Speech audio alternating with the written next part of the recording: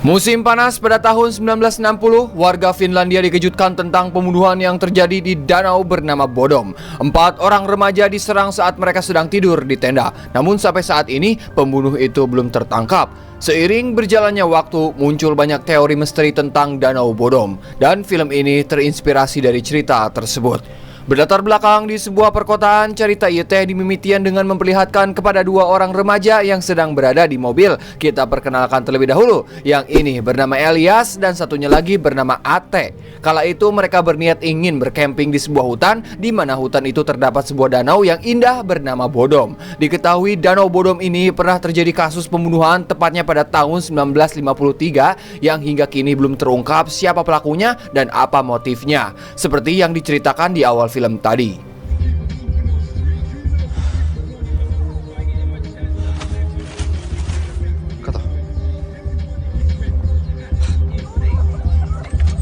Kemudian adegan pun berpindah dengan memperlihatkan keluarga yang sedang makan bersama. Salah satu dari mereka yang bernama Ida Maria, ini si cantiknya. Saat itu ia sedang meminta izin kepada kedua orang tuanya untuk pergi berkemping bersama temannya yang bernama Nora. Namun Ida berbohong dengan mengatakan, boleh aku pergi jalan-jalan. Awalnya sang ayah tidak mengizinkannya, sampai-sampai sang ayah yang sedang makan langsung menggebrak mejanya. Karena beberapa bulan yang lalu Ida telah mempermalukan keluarganya sendiri, di mana foto Ida yang sedang bugil telah tersebar di sekolahnya, sehingga membuat sang ayah memberikan hukuman kepada Ida, yaitu tidak memperbolehkannya keluar rumah. Akan tetapi Ida malah mengatakan, aku bukanlah anjing yang terus-terusan dikurung. Tentu saja perkataan itu membuat sang ayah nambah marah. Namun sang ibu sebaliknya, ia sudah berdamai dengan kejadian itu dan membujuk kepada suaminya agar memperbolehkan Ida pergi jalan-jalan bersama Nora.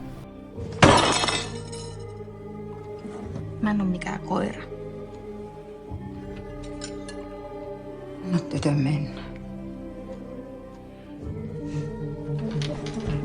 Sedangkan Elias dan Ate sedang sibuk mengemasi barang-barangnya. Kemudian mereka pun terlebih dahulu menjemput Ida dan satu temannya lagi yang bernama Nora. Ini parasnya, setelah semuanya sudah siap seperti kompor, kekenceng, baskom, dan tetek bengek segala keperluan bercamping, berangkatlah mereka menuju Danau Bodom. Namun saat di tengah perjalanan, Ate sempat ragu pergi ke danau itu setelah ia membaca dan melihat beberapa foto tentang kejadian pembunuhan pada tahun 1953 lalu. Namun Elias berusaha meyakinkan si Ate bahwa camping ini tidak akan terjadi apa-apa kepada mereka semua. Ia juga memperingatkan kepada Ate supaya jangan membahas kejadian itu pada Nora dan si Ida, karena Elias tidak ingin mereka menjadi sangat ketakutan saat bercamping nanti. Singkat cerita, setelah menempuh perjalanan yang lumayan panjang, pada akhirnya sampailah mereka di tempat tujuan.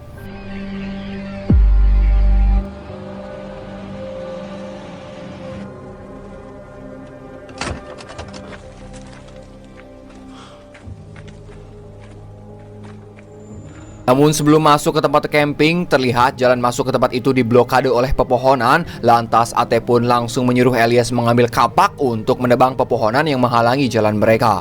Dan singkat cerita, sampailah mereka di Danau Bodom. Tanpa banyak omon-omon, mereka pun langsung mendirikan tenda untuk beristirahat.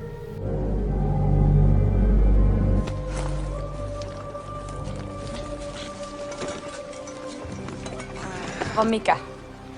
Mä en sano mitään. Istukaa vaikka alas, niin mä kerron kaiken. Singkat cerita, malam pun poek. Ate yang sedang berduaan di tengah api unggun ataupun mulai memberitahu kepada Ida apa alasan sebenarnya Elias ingin bercamping di sini, yaitu di mana Ate dan Elias ingin melakukan investigasi dan reka ulang kejadian pada tahun 1953 lalu, karena hingga sekarang kasus tersebut belum juga terpecahkan dan pelakunya mungkin masih berkeliaran di luar sana. Setelah mendengar penjelasan dari si Ate, ternyata Ida tidak takut atau kesal kepada mereka berdua. Ia malah antusias ingin membantu melakukan investigasi dan reka adegan ini. Namun sebelum itu, mereka akan menikmati keindahan alam Danau Bodom terlebih dahulu, tentunya dengan bersenang-senang dan ngojai alias berenang di danau itu.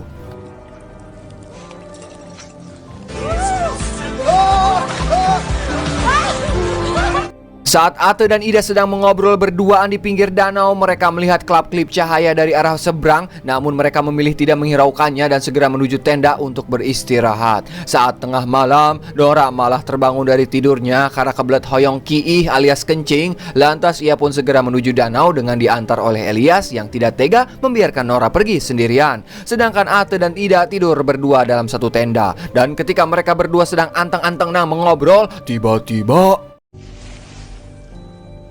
Tiedätkö kuka otti? Sun on pakko kertoa.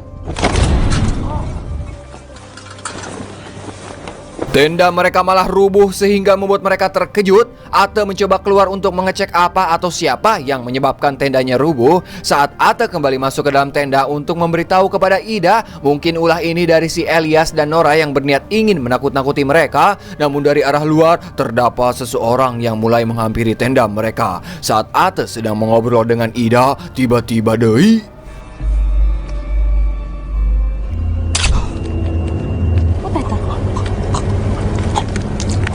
sementara di sisi lain, Nora sedang mencari keberadaan Elias padahal mereka tadi bersama. Saat sedang mencari Elias, tiba-tiba suara teriakan dari Ida yang meminta tolong terdengar. Dengan cepat, Nora pun berlari menuju tenda. Akan tetapi ketika berlari, tiba-tiba deui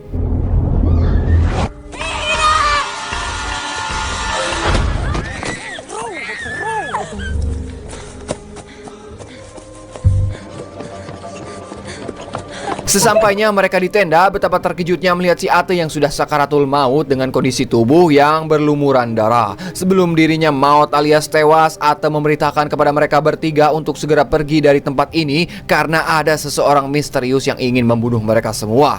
Tak ada pilihan lain, harus menolong Ate bagaimana lagi. Akhirnya mereka bertiga memilih menuruti perintah dari si Ate dan meninggalkan si Ate sendirian di tempat itu. Sebelum pergi, Elias sempat membawa kapak yang ada di tasnya untuk berjaga-jaga.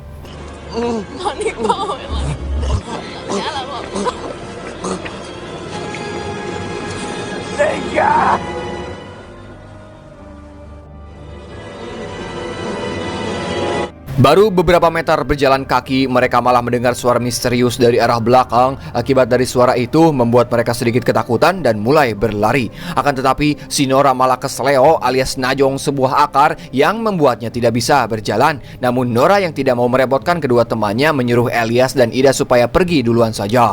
Nah, kok bisa di saat panik seperti ini si Nora menyuruh kedua temannya pergi duluan? Berani sekali dia. Ya mau tidak mau, daripada mereka meninggalkan Nora sendirian dan tidak mau meninggalkan temannya lagi seperti si Ate, dengan sekuat jiwa dan raga, Elias dan Ida pun harus terus melanjutkan pelariannya. Namun setelah cukup berjalan ke sana kemari, sayangnya mereka malah tersesat di tengah hutan yang sangat poek alias gelap.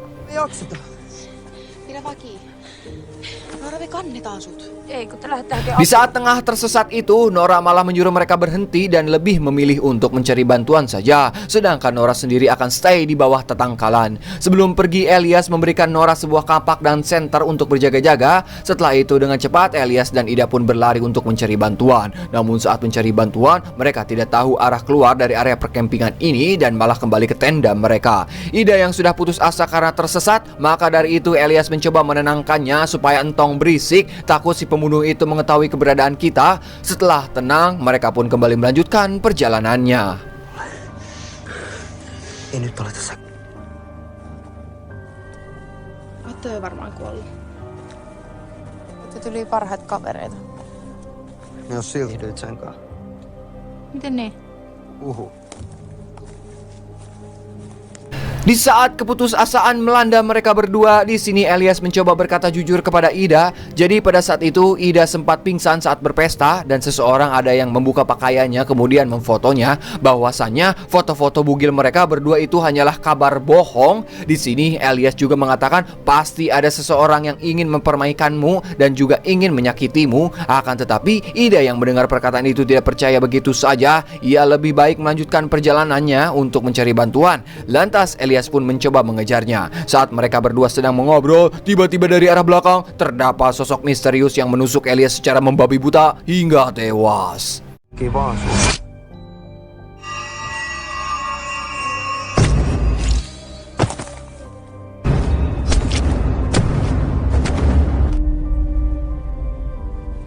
Ternyata pelakunya adalah si Nora. Nah, jadi ceritanya kieu barudak dengekeun. Ida dan Nora ini kan merupakan sahabat yang sangat dekat. Jadi sebelum berangkat ke Danau Bodom, mereka telah merencanakan sesuatu. Ya, tentunya untuk balas dendam. Balas dendam untuk apa, Bang? Jadi diduga pelaku yang telah menyebarkan foto bugil Ida adalah si Ate dan Elias. Yang padahal Elias sudah berkata jujur tadi, namun Ida tidak percaya begitu saja. Akibat tidak terima dengan tindakan itu, sebagai sahabat yang baik, Nora mengajak Ida untuk membalaskan dendamnya pada mereka berdua, yaitu mengajaknya berkemping di Danau Bodom dengan alasan ingin mengusut pembunuhan pada tahun 1953 lalu. Kanjut, setelah berhasil membunuh kedua orang itu, Ida dan Nora pun langsung membuang jasad Elias dan Ate ke dalam danau.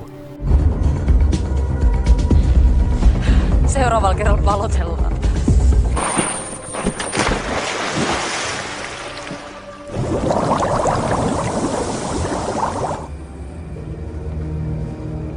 Tuli 26 minuuttia aamiaiseen. Hal itu mereka lakukan untuk menghilangkan jejak supaya orang-orang mengira bahwa si pelaku yang membunuh Elias dan Ate adalah pelaku pembunuhan di tahun 1953 lalu yang diduga masih berkeliaran hingga saat ini. Namun yang jadi pertanyaannya adalah siapa yang membunuh Ate saat di tenda? Padahal kan si Nora sedang bersama Elias pada waktu itu. Penasarin? Nonton sampai selesai oke barudak?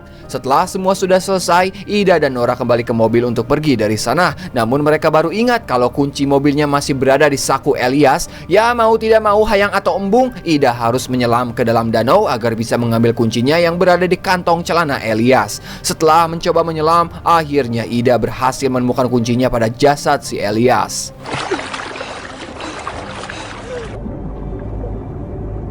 Muuthan ne löytää meidät! Se on ainoa linkki!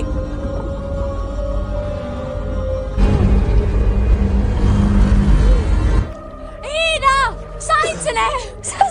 Saat perjalanan akan pulang, di sini Ida mengatakan kepada Nora, apakah kamu pernah melihat foto yang sedang telanjang itu? Dan disinilah fakta yang sangat mengencrotkan pun terkuak. Nora pun berkata jujur kepada Ida bahwa benar apa yang dikatakan oleh Elias itu, ternyata foto-foto bugil Ida tidak pernah ada. Dan dibalik semua ini ternyata ulah dari si Nora yang takut kehilangan Ida sebagai sahabatnya. Nora sengaja mengkambing hitamkan Elias dan Ate supaya rencananya berhasil. Ida yang sangat emosi mendengar perkataan itu, ia pun berniat akan mengatakan semua ini setibanya di rumah. Tapi tiba-tiba Nora yang sudah sangat kesal pun langsung memukul Ida menggunakan kunci Jerman.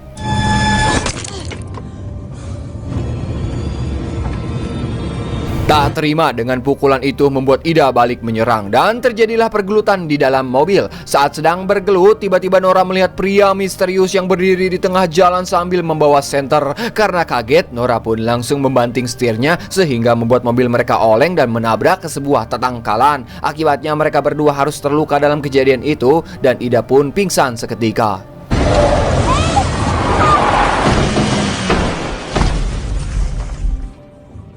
Ida. Kemudian pria misterius itu perlahan-lahan mulai mendekati mobil mereka dan mengatakan, apakah kalian baik-baik saja? Nora pun menjawab, iya. Setelah itu pria misterius mulai mengkaitkan tali untuk menderek mobil mereka. Di sini mereka sadar kalau pria misterius itu bukanlah orang baik. Ya, secara pria itu menderek mobil mereka dengan kecepatan tinggi.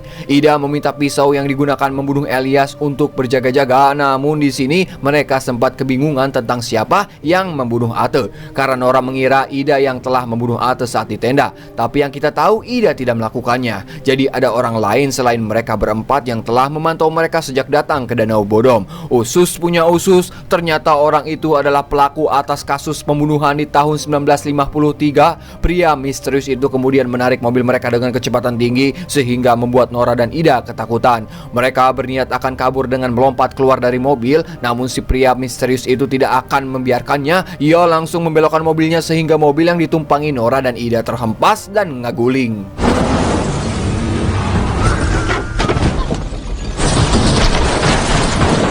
Kejadian barusan mengakibatkan mereka berdua harus terluka parah. Namun si Ida lah yang terluka lebih parah. Dirasa masih ada kesempatan, Ida pun langsung menyuruh Nora untuk segera pergi sebelum pria misterius itu datang. Dengan berat hati, Nora pun pergi meninggalkan sahabatnya dengan berlari menuju ke dalam hutan. Namun sayang, ia harus tertangkap juga setelah pria itu melepaskan anjingnya untuk menangkap Nora.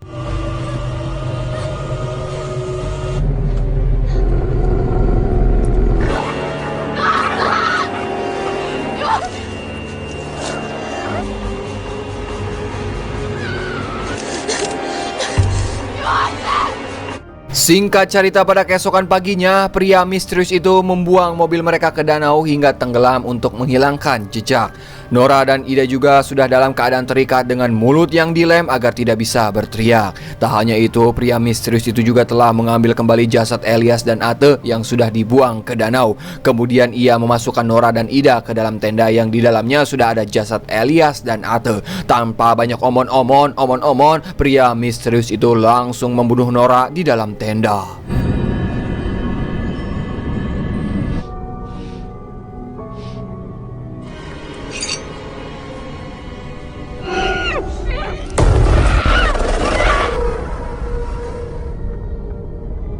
Lantas bagaimana dengan Ida? Saat tersadar, Ida sudah berada di halaman rumahnya dengan kondisi tubuh yang penuh dengan luka dan darah. Entah apa tujuan si pria misterius itu membiarkan Ida tetap hidup, malah ia mengantarkan Ida ke rumahnya. Loh, kok bisa tahu ya rumahnya si Ida?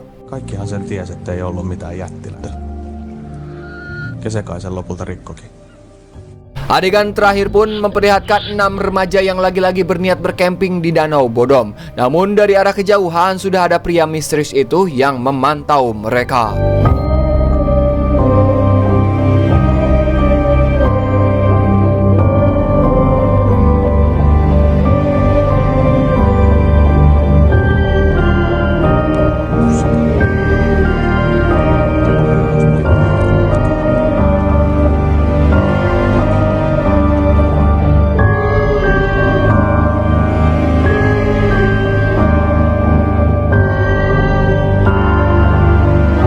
Dan film pun anggesan.